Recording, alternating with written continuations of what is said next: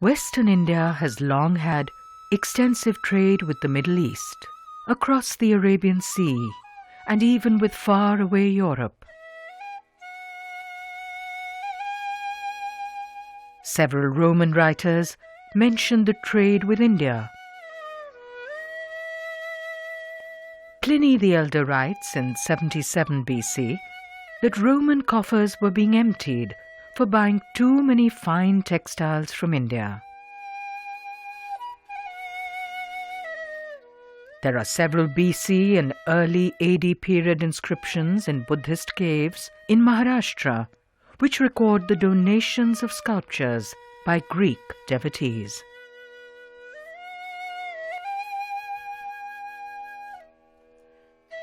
The art of Rajasthan and Gujarat in Western India over the ages reflects the cosmopolitan heritage of this region. The sculptures of the 6th century, found at Shamalaji in Gujarat, display a rich synthesis of styles. The languid and graceful postures continue the tradition established in the earlier Gupta period. The treatment of the heavy folds of drapery recalls the art of Gandhara in the northwest of the subcontinent.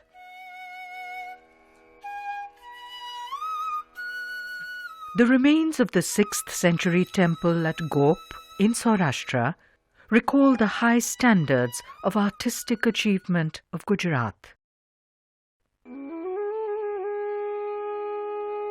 Across the deserts of Rajasthan were several trade routes which connected the Indian subcontinent with the Middle East. The prosperity of Rajasthan and its flowering culture are seen in the remains of the temples. On the plinth of the Harsat Mata temple, in the village of Abaneri near Jaipur, are fine sculptures of the 8th century. The graceful figures, gentle expressions, and the delicacy of carving are remarkable.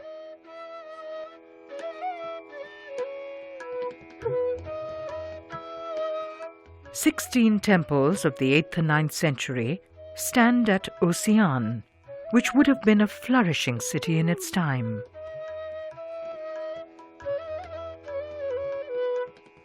A Surya Temple here of the 8th century displays pan-Indian traditions.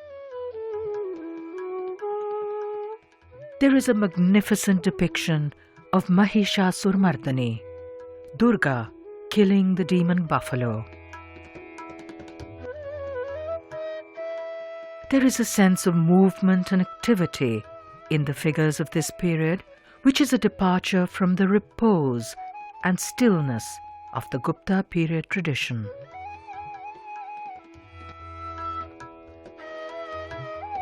A number of 8th century temples here are dedicated to Harihara, who represents a synthesis of Vishnu and Shiva. The fine carvings convey the liveliness and animation of the art of this period. There is a Jaina temple made originally in the 8th century at Ossian. There are exquisite sculptures here. In Indic philosophy, the beauty and grace of the art is of fundamental importance. It is to awaken the grace which is within us and to keep us reminded of the divinity which underlies all of creation.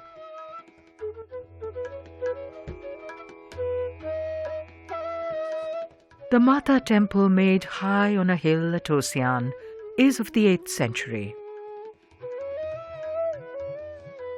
The sculptures from its earliest periods have a lilting grace which transports us.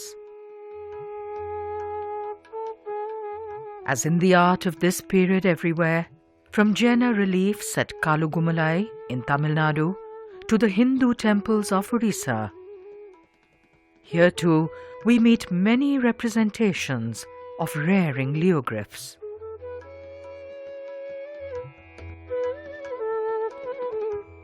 These fearless creatures remind us of the courage within us, with which we must face the obstacles on our path towards knowledge.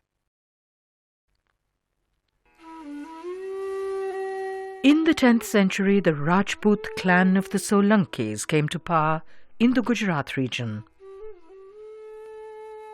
Close to their capital at Patan are a number of temples which were probably made in the late 10th century.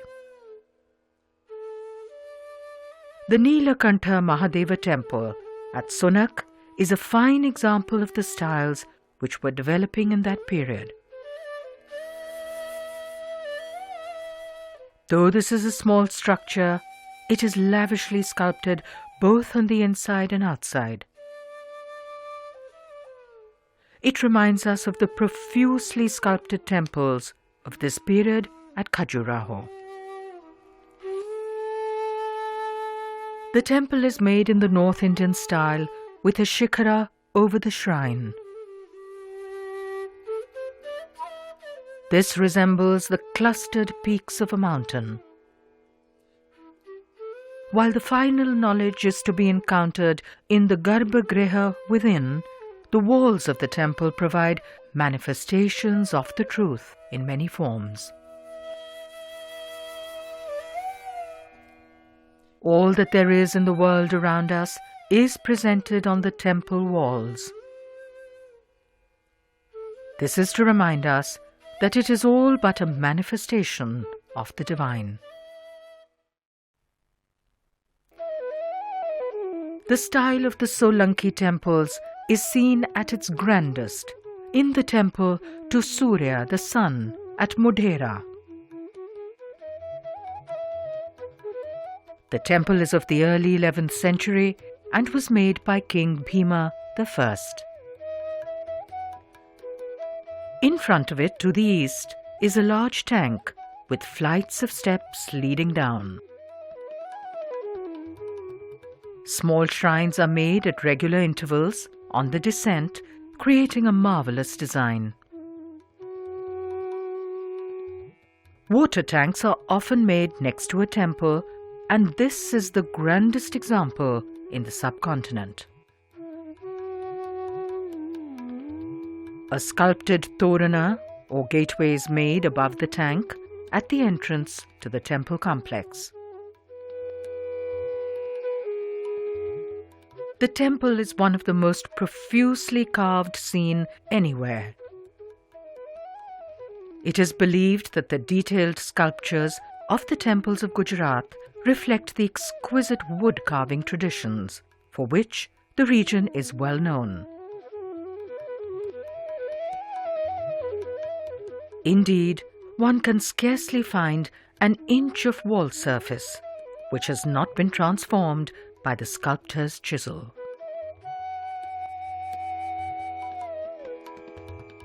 Unfortunately, the stone has been considerably weathered and damaged over the years. However, the original beauty of the sculpture is still apparent. The profusion of sculpture here reflects pan-Indian traditions at this time. A grand torana, or gateway of a temple of the early 12th century, survives at Vadnagar, not far from Patan. Here too, the detailed and fine work is reminiscent of carvings on wood, which is much easier to work upon.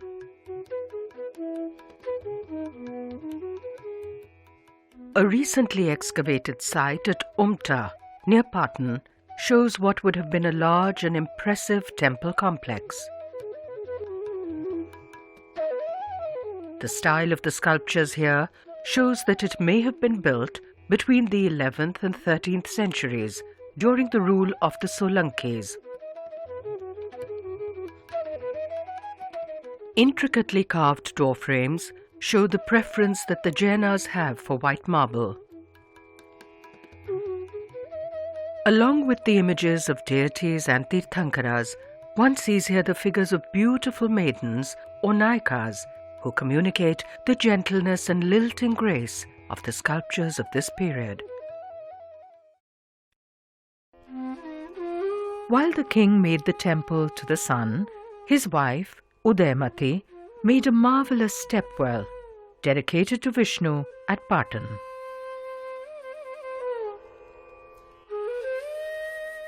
As we walk down the steps to the water, on either side is a world of sculpted forms. It is a journey similar to the parikrama or circumambulation of the temple. The walls and pillars present the world of forms around us. We see these here in their true context as a manifestation of the divine who lies at the end of our journey through the stepwell.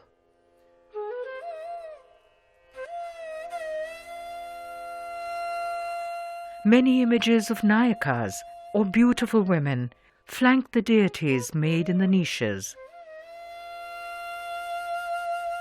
They are shown in similar postures and activities to those seen at Khajuraho and later at Konarak.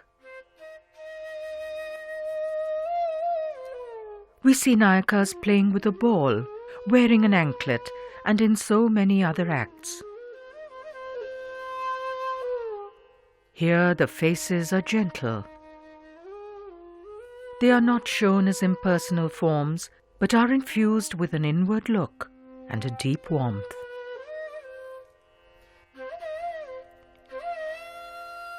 Our response to the beauty and grace of the figures awakens the finest within us and prepares us in our journey.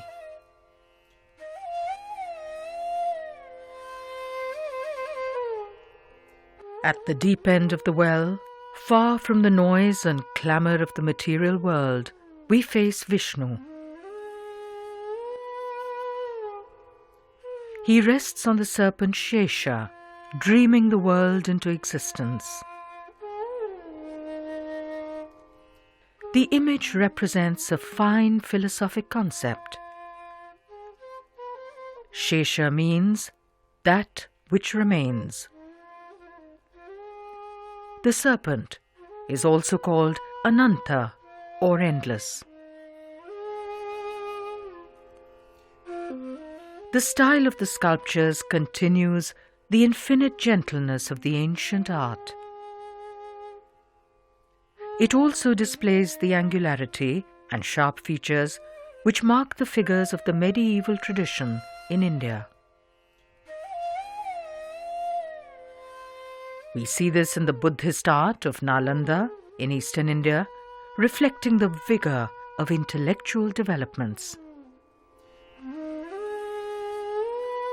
In Western India, the medieval idiom is developed further in the coming centuries in a profusion of Jaina manuscript paintings.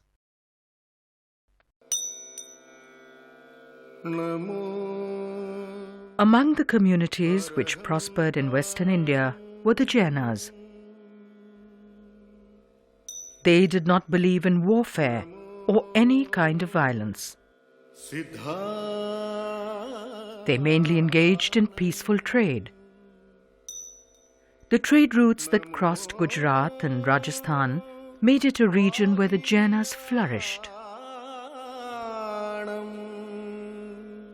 In Indic beliefs, it is most important to take time off from one's worldly attachments to seek peace of mind and the stillness within.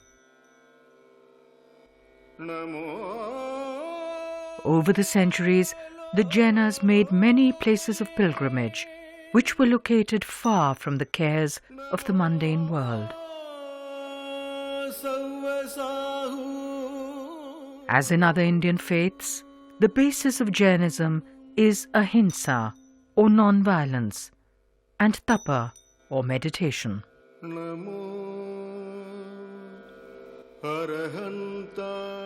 In the Jaina faith, the principle of non-violence has no limits.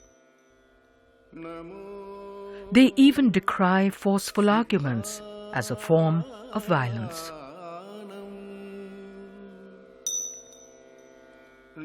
The belief is in the passage through life in a detached manner. We live in a world of illusory forms, and we must not be attached to them.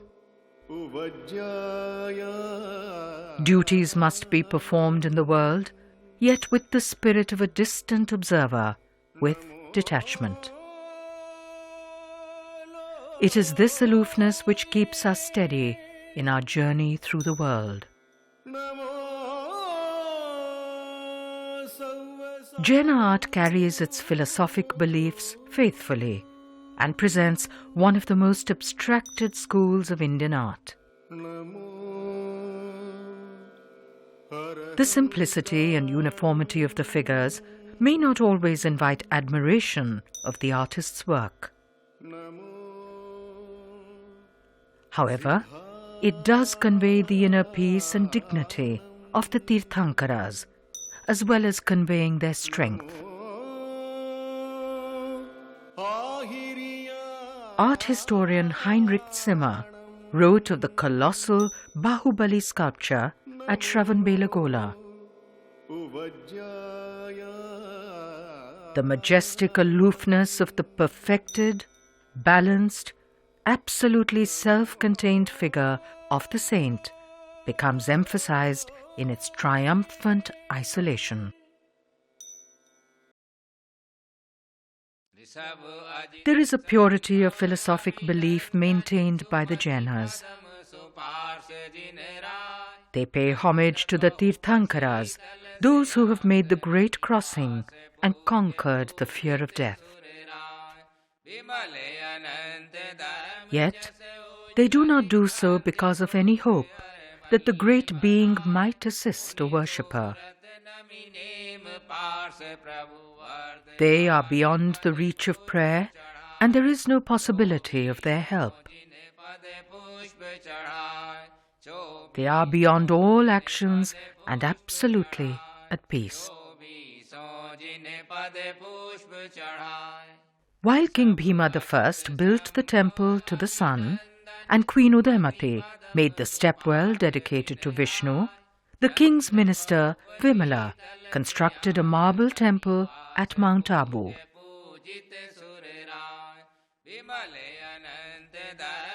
He built this to honor Adinatha, the first Jaina saint. This marvelous tradition of the coexistence of all faiths has been seen since the earliest stupas and temples in the subcontinent. Several Jaina temples were made here in succeeding centuries. We see the tradition of temples made of white marble continued at the Tomica Temple at Ranakpur in present-day Rajasthan. The temple is nestled amidst low hill ranges far from any town. It was made in 1439 AD, and, in an unusual instance, the architect's name Deepaka is inscribed on a pillar here.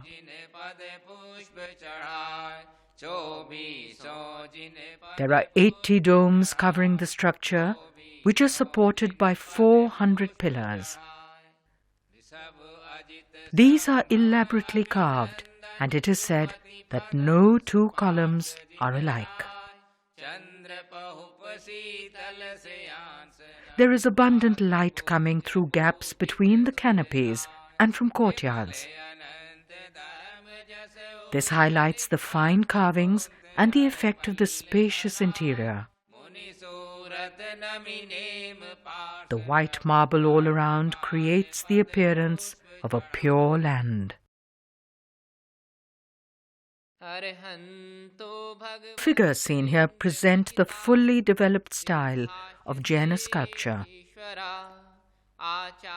The forms of the body are abstracted to almost pure geometric shapes.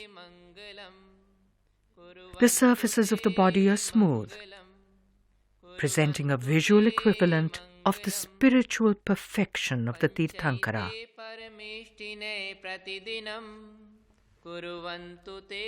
Unlike the icons, the subsidiary figures are animated. Female musicians twist and turn in space. The quality of abstraction remains. The limbs have a rod-like appearance, and there is an angular geometric quality to the poses. Every ceiling, known as a vitana or canopy of the heavens, is unique and exquisitely carved. There is a profusion of foliate and geometric motifs and figures. The work is so intricate that it has often led to the suggestion that the sculptors were paid according to how much stone they removed. Indeed, the work is deeply undercut and finely detailed. One of the greatest expressions of the Jaina faith is the temple city of Palitana on Shatrunjay Hill, 35 kilometers from Bhavnagar in Gujarat. The Adinatha temple here was first built in 960 AD and rebuilt in the year 1530. This sacred space, created on two peaks with a valley in between, displays the continuing spirit of devotion.